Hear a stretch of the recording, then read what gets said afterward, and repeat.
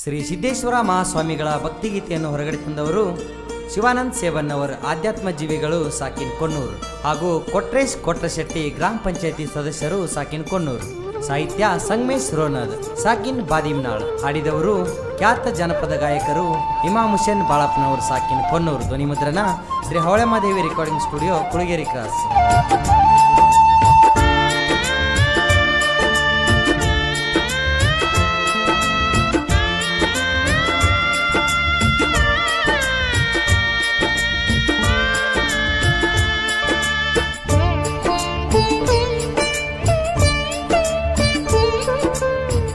Siddeshwara